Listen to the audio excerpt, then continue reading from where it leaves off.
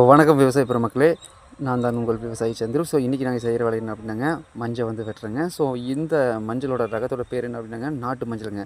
So தை மாதத்துக்கு மேலே வந்து பார்த்தீங்கன்னா எல்லாம் நாட்டு மஞ்சள் வந்து வெட்ட ஆரம்பிச்சிருவாங்க. தை மாசி பங்குனியில் எல்லாமே வெட்டிட்டு சித்திரை மாதம் வந்து பார்த்தீங்கன்னா மீண்டும் வந்து பார்த்தீங்கன்னா மஞ்சள் வந்து போட ஆரம்பிச்சிருவாங்க. இது வந்து பார்த்தீங்கன்னா ஓரளவுக்கு விளைச்சல் வந்து பார்த்தீங்கன்னா ஓரளவுக்கு நார்மலாக வந்து வந்திருக்குங்க. ஸோ ஓரளவுக்கு வந்து பார்த்தீங்கன்னா எதுவுமே நோய் தாக்குதலுக்கு உள்ளாகலை. ஓரளவுக்கு கொஞ்சம் விளைச்சலும் வந்திருக்கு.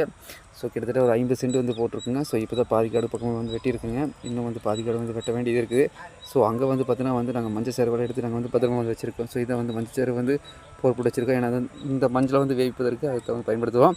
ஸோ 8 நம்பர் மஞ்சள்லாம் வந்து வெட்டியாச்சுங்க. கிட்டத்தட்ட வந்து பாதி பக்கமாக முக்கால்வாசி பக்கம் வெட்டியாச்சு. காரணம் என்ன அப்படின்னாங்க, அதெல்லாம் மார்கழி மாதத்துலேயே வந்து ஆரம்பிச்சிருப்போம். நல்லா ஆரோக்கியம் போயிட்டுருக்கு. ஸோ ஈரோடுக்கு வந்து பேர் பெற்றதே வந்து மஞ்சள் தான்.